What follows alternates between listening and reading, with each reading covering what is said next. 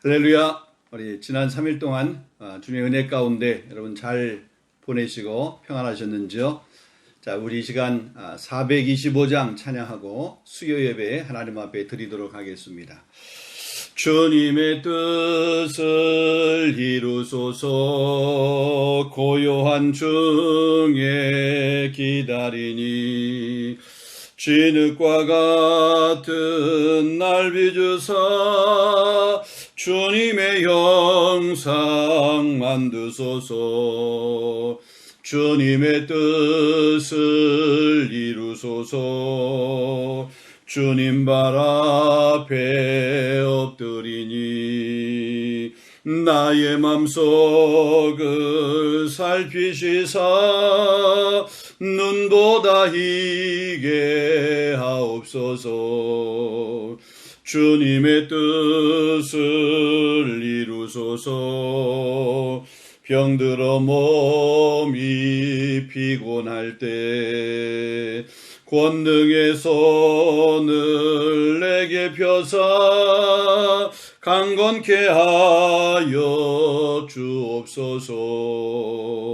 주님의 뜻을 이루소서.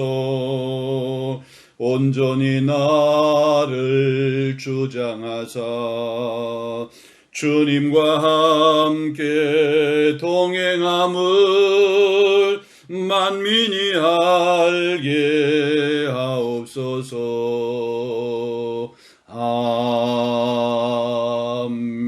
아멘. 우리 다 같이 사도신경 신앙고백 우리 함께 하도록 하겠습니다. 나는 전능하신 아버지 하나님 천지의 창조주를 믿습니다. 나는 그의 위일하신 아들 우리 주 예수 그리스도를 믿습니다.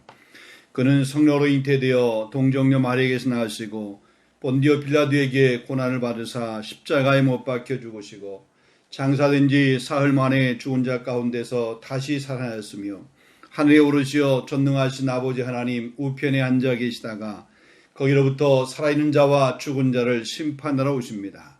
나는 성령을 믿으며 거룩한 공교회와 성도의 교제와 죄를 용서받는 것과 몸의 부활과 영생을 믿습니다. 아멘.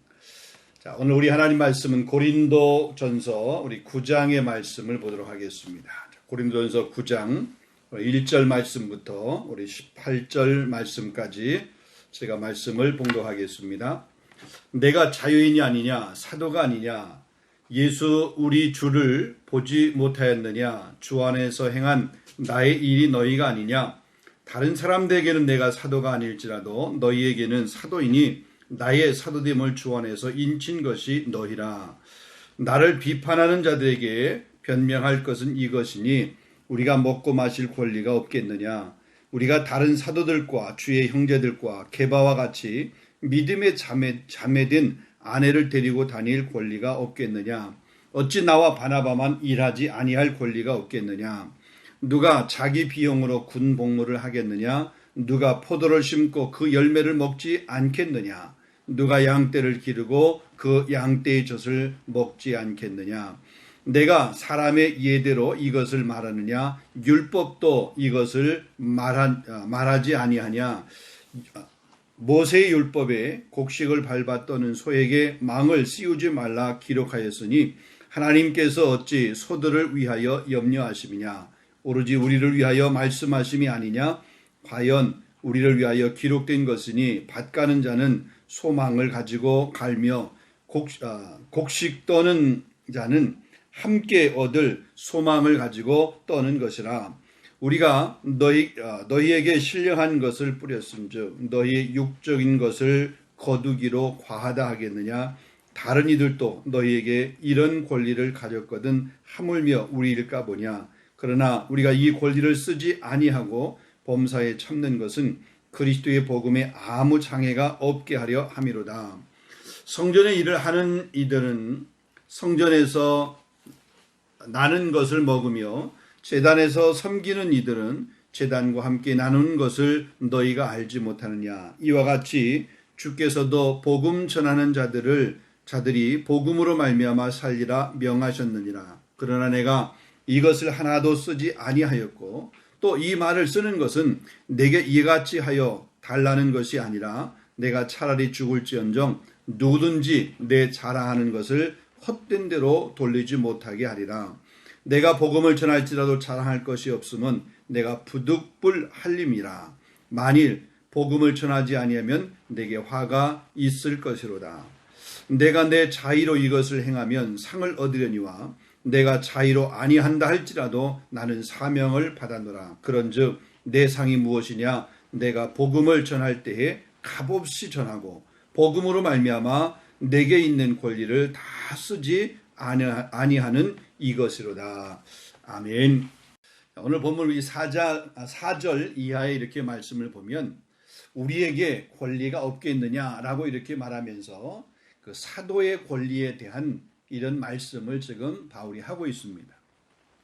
바울에게 있어서 복음 전파의 의무와 동시에 또 주의 일을 맡은 사도로서 이 고린도 교회 혹은 이렇게 다른 교회에게 재정적인 그런 도움, 요청을 필요로 하는 것, 이런 것들은 어떤 의미에서 보면 하나의 당연한 그런 권리입니다. 그런데 이 고린도 교회의 그 성도들이 그들을 향한 바울의 그런 관심 혹은 바울의 그 사랑 이런 것들을 충분하게 이렇게 이해하고 있지 못하는 모습도 있는 것 같습니다.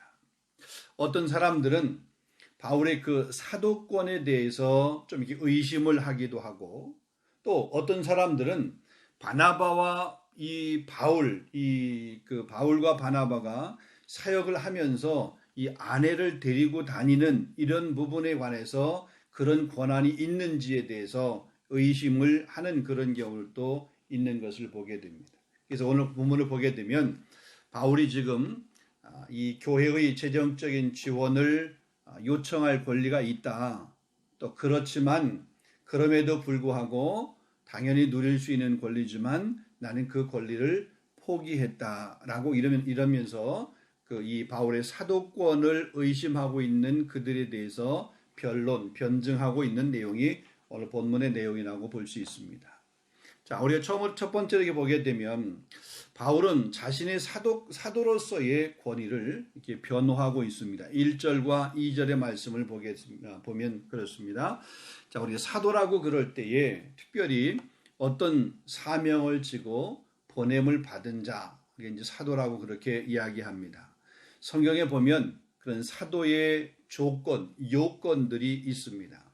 첫 번째로 보면 부활하신 예수 그리스도를 보아야 됩니다. 본 사람이어야 됩니다. 그리고 특별히 예수님으로부터 직접적으로 보내심을 받은 사람, 이런 사람들을 우리가 특별히 사도라고 얘기합니다.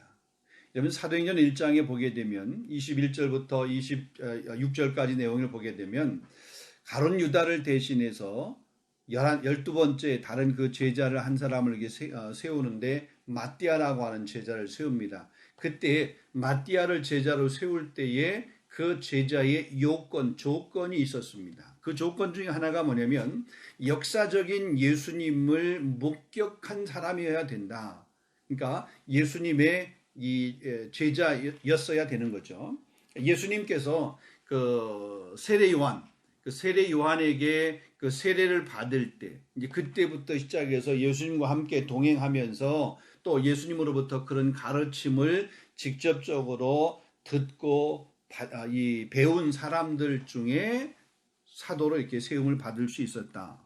그리고 두 번째로 보면 부활하신 예수님의 나타나심, 그러니까 부활하신 예수님을 실제적으로 목격을 해야 됐습니다. 그래야만이 그 부활의 증인된 삶을 살 수 있으니까 그 부활의 주님을 실제적으로 목격한 사람, 그래서 그런 사람 중에서 이 마띠아를 예수님의 유다를 대신해서 제자로 세운 그런 모습을 보게 됩니다. 여러분 우리 사도라고 그럴 때 그럼 예수님의 그 12제자 이들은 예수님께서 직접적으로 그들을 제자로 불렀고 또 부활하신 그 주님을 그들이 직접적으로 목격을 했기 때문에 이들이 사도라고 하는 것에는 전혀 이의가 없습니다. 그러면 그들만 사도냐 이거죠. 이 12명만 사도냐, 다른 사람은 사도가 없느냐. 근데 오늘 이게 본문에 이렇게 보게 되면, 특별히 고린도전서를 보게 되면 바나바와 바울, 나 사도된 바울과 바나바 이렇게 하면서 이 바나바도 혹은 바울도 사도라고 하는 그런 얘기를 하게 됩니다. 근데 이 전통적으로 그 사도의 기준에서 이렇게 보게 되면 이 바울은 그 기준하고는 또 다른 모습이거든요. 모습으로 그런 부름을 받았기 때문에 사람들이 바울이 사도냐 아니냐 이런 문제를 가지고 이렇게 논쟁을 하고 또 이렇게 갈등을 했던 그런 모습을 이렇게 보게 됩니다. 자, 바울은 그의 서신에서 이 사도성에 관한 문제가 대두될 때마다 내가 부활하신 주님을 만났다. 그 부활의 주님을 만난 그 사실을 강조하면서 자기 사도성을 변론하고 있는 모습을 보게 됩니다. 다메섹으로 이렇게 예수 믿는 사람들을 핍박하러 가던 중에 우리가 사도행전 9장에 보면 나오는 거잖아요. 그곳에서 주님을 만나게 되었고 또 주님으로부터 이방인의 사도라고 하는 그런 소명, 부르심을 받게 되어서 그가 그 소명 때문에 그 부르심 때문에 그 사도의 그런 본분을 다하기 위해서 저 로마에서 마지막 참수당하는 목배임을 당하는 그런 그 순간까지 그 복음 앞에 신실하게 살았던 그런 모습을 우리가 볼 수 있습니다. 자, 우리 본문 2절에서도 보게 되면 뭐라고 이렇게 하는 다른 사람들에게는 내가 사도가 아닐지라도 혹 다른 사람들은 바울이 사도된 권위에 대해서 사도된 그 권리에 대해서 이 의문을 제기하고 이견을 낼 수 있지만 그렇지만 너희들은 안 그래야 되는데 여기 말하면 그럽니다. 다른 사람들에게는 내가 사도가 아닐지라도 너희에게는 사도이니 나의 사도됨을 주 안에서 인친 것이 너희니라 그렇게 말합니다. 그러니까 고린도 교회는 바울의 사도적 사역의 결과물입니다. 그들은 바울의 사도됨을 입증하는 살아있는 증거죠. 이 살아있는 도장을 찍은 것 같은 그런 존재가 바로 이 고린도 교회라고 하는 겁니다. 나의 사도됨을 인친 것이 바로 너희이니라 이렇게 말씀합니다. 그러니까 다른 사람들은 바울의 사도됨을 의심하거나 혹은 뭐라고 이렇게 이견을 가질 수 있지만 그러나 고린도 교회의 성도들은 결코 그럴 수 없는 그런 존재들인데 지금 고린도 교회 안에서 이런 사도성에 관한 문제를 가지고 이견을 하고 있는 그런 모습을 지금 바울이 지적을 하고 있는 거죠.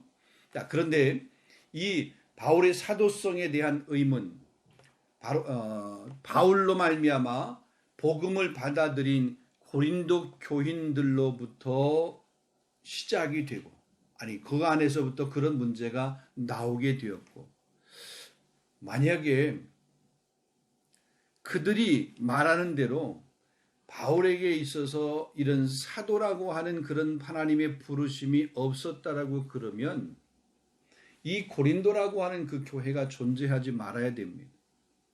결국 고린도 교인들이 바울의 사도성에 대해서 부인함으로써 결국 자기 자신들도 하나님 나라의 백성됨을 부인하는 그런 결과까지 초래하게 되는 것입니다.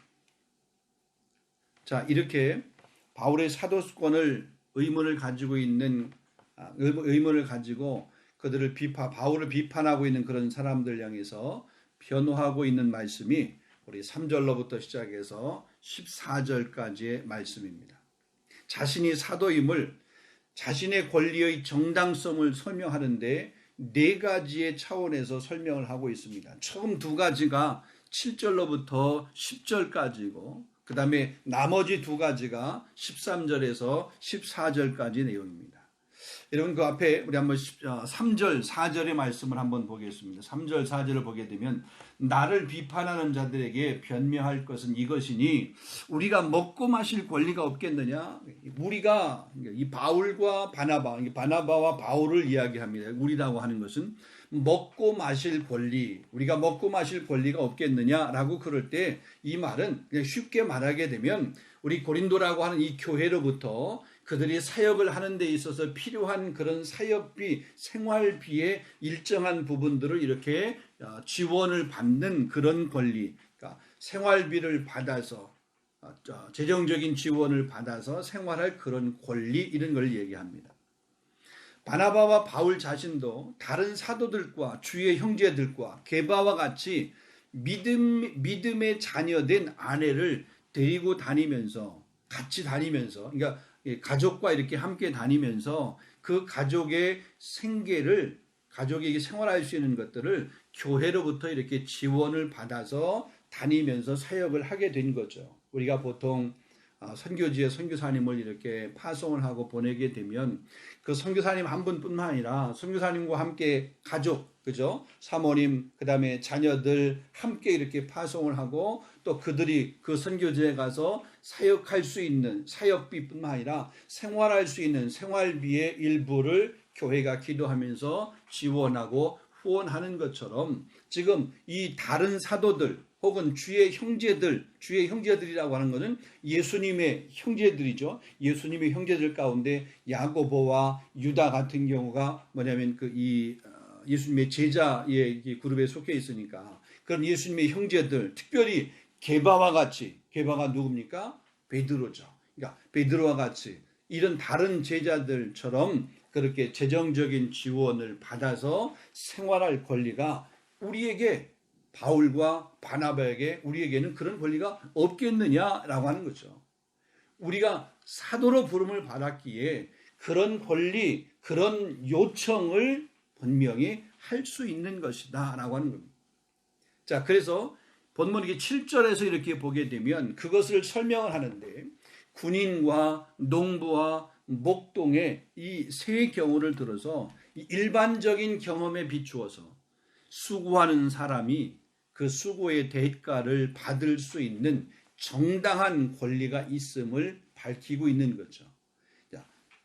이 군인도 농부도 목동도 수고한 대로 그 권리를 누릴 수 있는데 바울도 바나바도 그 권리를 충분히 누릴 수 있다는 거죠. 그리고 8절로부터 10절에 보게 되면 율법의 예를 들어서 설명을 합니다. 곡식을 밟아 떠는 소에게 망을 씌우지 말라고, 신명기 25장에 있는 말씀입니다. 25장 4절에 있는 말씀을 들어서 우리 수고하는 사람이 그 수고의 대가를 취할 수 있어야 한다는 것은 율법도 보장하는 것이다. 그러니 바울이 그렇게 요청을 하고 하는 것이 결코 잘못된 요청이 아니다. 사도에게 그런 권리가 분명히 있다라고 하는 겁니다. 자, 우리가 아까 이제 좀 설명을 좀 더 하게 되면은 이 앞에 우리 그 7장에서 결혼에 관한 그런 이야기들을 했잖아요.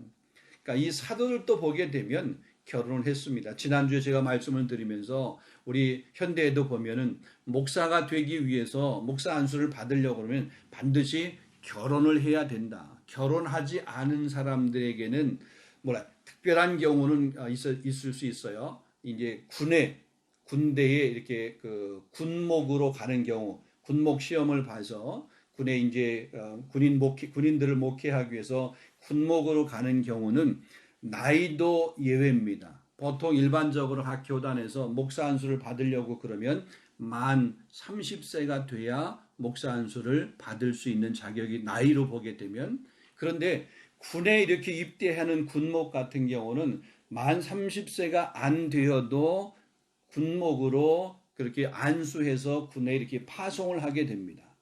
결혼을 해야 목사 안수를 주는데 결혼하지 않은 사람도 군목으로 가게 되면 목사 안수를 줘서 군목으로 군목회를 하도록 그렇게 합니다. 또 선교지에 나가는 선교사님들을 위해서는 특별하게 예외적으로 그렇게 나이도 조금 더 젊어도 선교지로 파송을 하기도 하고, 그 다음에 결혼을 하지 않았어도 예외적으로 특별한 경우에는 그렇게 허락을 하기도 합니다. 그러나 일반적으로는 결혼을 해야 되고 만 30세 이상이 돼야 일반적인 조건으로 그렇게 해야 목사 안수를 줄 수 있는 모습이죠. 자, 여기도 보면 사도들도 이미 결혼을 했고 또 복음 전도 사역을 위해서, 이 사역을 위해서 가족이 함께 이렇게 다니면서 복음을 전하는 그런 일을 했고 또 그 일을 위해서는 교회가 재정적으로 돕고 후원하는 그런 일을 했다라고 하는 거죠. 거기에 예수님의 형제들도 포함이 되어 있고 특별히 거기에 게바, 베드로도 포함이 되어 있었다라고 하는 겁니다. 자, 6절의 말씀을 보게 되면 어찌 나와 바나바만 일하지 아니할 권리가 없겠느냐 이거죠. 다른 말에 다른 사도는 사역에 전념을 하느라고 일을 하지 않고 그냥 사역에 전념을 하고 대신 그들이 생활할 수 있는 것을 교회가 이렇게 돕고 그러는데 이 바울과 바나바는 일을 하면서 사역을 사실 한 거예요. 일을 하면서 이제 그 당시에 일반적으로 어떻게 사회 이렇게 가운데서 육체적인 그런 힘든 노동들은 일반 이렇게 시민들이 한 것이 아니라 그런 노동들은 보통 보면은 이 종들이나 하인들이 주로 맡아서 그런 일들을 하게 되었습니다. 근데 사도라고 그렇게 일컬음을 받는 바울, 그 바울이 실제적으로 일을 하면서 그 사역을 감당을 하다 보니까 어떤 사람들 중에서는 바울이 하는 그 일이 보통 일반적으로 보게 되면 그냥 좀 이렇게 하인들이나 이런 사람들이 하는 그런 일들인데 그런 일을 하면서 사역을 하는 이런 모습을 보니까 도대체 저 사람이 사도로 부름받은 것이 맞는가?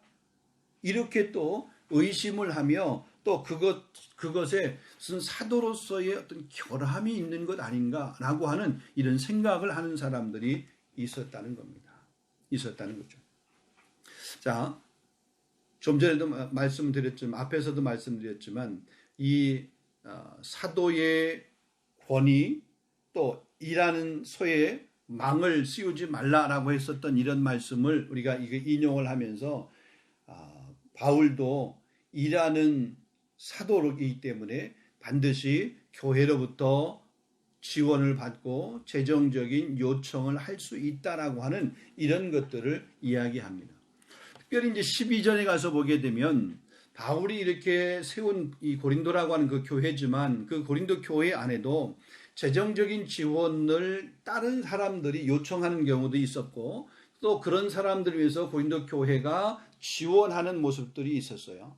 그러니까 자기가 그 교회를 세우는 일에 있어서 주도적인 역할을 했던 바울을 위해서는 후원하거나 협력하는 일이 없이 다른 사람을 위해서 협력하는 일들이 그 고린도 교회 안에 있었다라고 하는 사실이죠.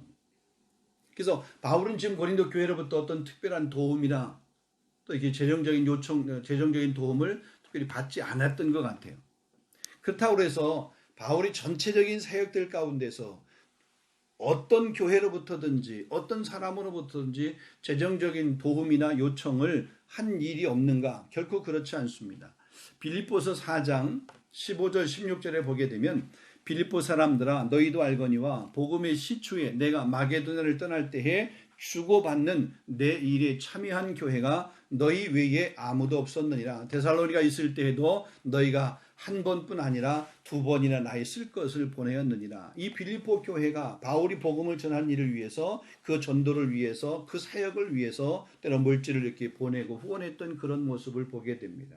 에바브로 디도편을 통해서 또 이렇게 물질을 보낸 그런 교회들도 있기도 하고 이런 모습 또 고린도후서 11장 8절 9절에도 보면 마찬가지입니다. 그렇게 바울의 생계와 사역에 그 필요한 그런 재정들을 이 교회가 돕고 또 이렇게 교회가 지원을 하고 이런 일들을 했습니다. 그렇지만 바울은 이 혹시나 그런 것들이 그렇게 지원을 받고 도움을 받는 것들이 복음의 방해가 되고 복음의 지장을 초래한다라고 그러면 그것을 단호하게 이렇게 거부했던 이런 모습들도 보게 됩니다. 그래서 때로는 자기가 스스로 노동을 하면서 이 필요한 경비 재정들을 되게 충당을 하고 또 사역을 했던 이런 모습들. 요즘으로 말하게 되면 비즈니스 에이지 미션을 하게 된 거죠. 자기 이렇게 어떤 비즈니스 삶을 이렇게 경제 활동을 하면서 또 이렇게 사역도 하고 있는 그런 모습도 이야기하고 있습니다. 때로 바울이 이렇게 재정적인 지원을 받을 권리가 분명히 있음에도 불구하고 바울은 그 권리를 내려놓고 포기했다.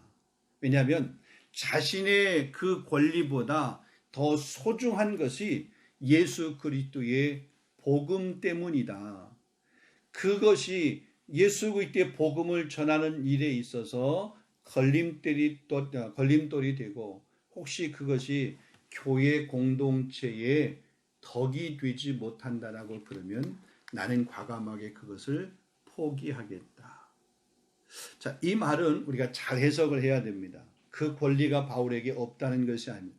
교회는 그 책임을 감당해야 될 의무가 없다는 얘기가 아닙니다. 당연히 그 의무가 있고 그 책임을 감당을 해야 되고 또 사역자 입장에서도 반드시 교회에게 그런 요청을 할 수 있어야 됩니다. 또 할 수 있는 것이 당연한 권리입니다. 근데 우리가 지금 이 9장 그 앞에 이제 8장, 9장, 10장에 가서 이렇게 가만히 보게 되면 우리가 마땅히 할 수 있는 당연한 권리지만 혹시라도 그것 때문에 어떠한 한 사람이라도 실족된다라고 그러면 그 실족되는 그 한 사람 때문에 그 한 사람이 너무나 소중하기 때문에 그 한 사람을 위해서 예수 그리스도가 십자가에 못 박혀 돌아가셨기 때문에 나를 위해서 십자가에 못 박히신 예수 그리스도이시기도 하지만 이 한 사람을 위해서도 예수님께서 대속의 이 제물에 대해서 십자가에 못 박혀 돌아가신 그 주님의 그 사랑 때문에 내가 당연히 누릴 수 있는 그 권리조차 나는 그것을 내려놓겠다라고 하는 거죠. 그 얘기는 결국은 주님이 그 한 영혼을 향해서 품고 계시는 그 사랑의 마음을 바울이 뭐냐면 그도 동참하는 그런 모습이에요.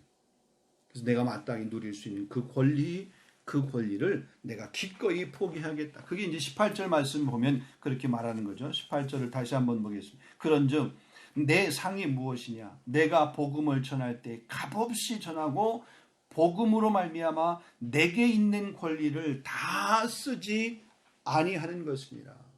내게 있는 권리를 다 쓰지 않는. 우리가 그냥 세상에서도 내가 하고 싶은 대로 어찌 다 하고 삽니까? 그죠? 우리가 내가 하고 싶다고, 내가 먹고 싶다고, 내가 가고 싶다고, 어떻게 내가 그걸 다 해. 내 마음대로 다 해. 갈 수 있지만, 먹을 수 있는 거지만, 하고 싶지만, 때로는 그것이 복음이 가리워지는 일이라고 합니다.